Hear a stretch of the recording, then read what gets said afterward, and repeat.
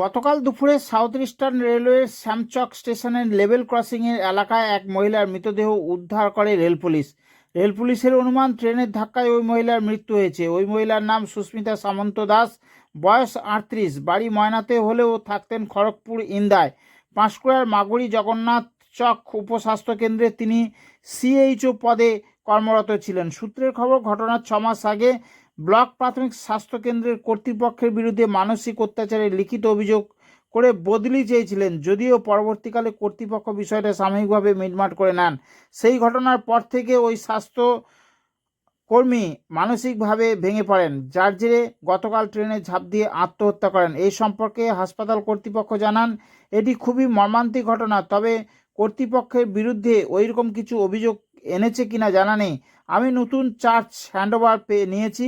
ওই স্বাস্থ্যকর্মীকে কখনো কাজে চাপ দেওয়া হতো না, ওনাকে হেল্প করার জন্য একজনকে দেওয়া হয়েছিল। উনি হয়তো মেন্টাল ডিপ্রেশনে ছিলেন, আমরা বুঝতে পারিনি। এই সম্পর্কে হাসপাতাল কর্তৃপক্ষ কি বললেন শুনুন। থাকাকালীন স্বাস্থ্যকর্মীকে মানসিক হ্যারাসমেন্ট করা যাবে না।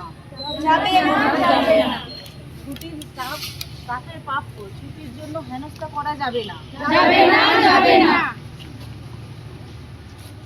কর্তৃপক্ষকে স্টাফেদের সঙ্গে ভালো ব্যবহার করতে হবে। কর্তৃপক্ষকে স্টাফেদের সঙ্গে ভালো ব্যবহার করতে হবে। আমরা সবাই চাকরিজীবী, কারুর চাকর নই। আমরা সবাই চাকরিজীবী, কারুর চাকর নই। আমাদের জিপি থেকেই আমাদের চৈতন্যপুর 1 জিপি থেকেই একজন সিএইচও ছিলেন। উনি অনেক দিন ধরেই মানসিক চাপে ভুগছিলেন। আমাদের বিশেষ করে আমি বলবো আমাদের অথরিটিসই এর জন্য দায়ী। আর বিভিন্নভাবে কাজের প্রেসার ওনাকে করা হতো, যেহেতু তিনি একজন হয়ে 3 জনের কাজ করতেন, তারপরেও ওনার প্রতি কারোর সহানুভূতি আসেনি। তো উল্টে আরও প্রেসার ক্রিয়েট করা হয় ওনার উপরে, যে কাজগুলো করতেই হবে। এভাবে দিনের পর দিন থাকার পরেই দিদির মেন্টাল ডিস্ট্রেস সৃষ্টি হয়। তো আমরা নিজেরাও অনেক কাউন্সিলিং করার চেষ্টা করেছি বা দিদি ট্রিটমেন্টও নিয়েছেন, তারপরেও দিনের পর দিন এভাবেই দিদির উপর প্রেসার ক্রিয়েট হয়েই যায়, যার জন্য দিদি না নিতে পেরে এটা করে বসেন।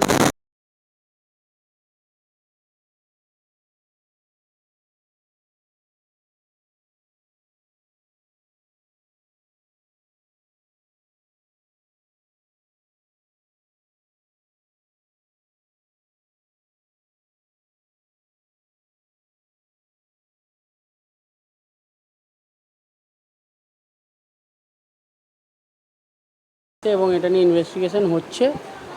যেখান থেকে যা জানতে চাওয়া হচ্ছে জানাচ্ছি, এবং আমরা তো ওনাদের দিদিমণিদের কাছ থেকে বা ফ্যামিলির থেকে পাবেন, আমরা যতটা পেরেছি হেল্প করেছি। অন্তত আমি আসার আগে কিছু ঘটনা শুনলাম, কাজের জায়গায় টুকটাক হয়তো বলা বলি হয়েছে, হয়তো উনি কিছুটা ডিপ্রেশনেও ছিলেন, কিছু টুকটাক করে আমরা অ্যাসিস্ট্যান্সের জন্য এএনএমকে দিয়েছিলাম ওনাকে হেল্প করার জন্য। এবং এমনও হয়েছে যে ওনার সঙ্গে যাতায়াত করতেন আমাদের একজন এএনএম দিদিমণি, মেন্টাল কোনো ডিপ্রেশনে ছিলেন, হয়তো আমরা বুঝতে পারিনি, অতটা জাজ করতেও পারিনি।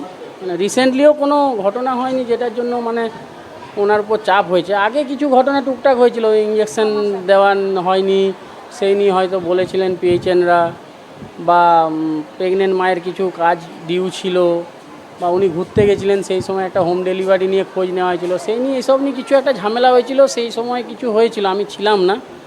তো এই মুহূর্তে রিসেন্টলি সেরকম কিছু হয়নি, উনি একটা কিছু অবসাদে ঘটে হয়েছে, খুবই মর্মান্তিক ঘটনা। এটা এখন ইনভেস্টিগেশন হচ্ছে, কি হয় দেখা যাক। অ্যাকচুয়ালি আমাদের পূর্ব মেদিনীপুরে আমাদের ব্লকে পাঁশকুড়া 1-এর সেকেন্ড এএনএম যে পোস্ট, সেটা কেউই নেই, একজনও নেই। এবং কিছু বিভিন্ন জায়গায় ক্রাইসিস আছে, ওখানের এএনএম যিনি ছিলেন উনিও 1-1.5 বছর আগে ট্রান্সফার হয়ে গেছেন। ওনার তো কাজের চাপ তো আছে, ওনারও আছে এবং বাকি সবারও আছে, কিন্তু কাজের চাপের জন্য এই ডিসিশন নেওয়াটা একদমই বাঞ্ছনীয় নেই, খুবই মর্মান্তিক ঘটনা। আমি আর কি বলবো বলুন,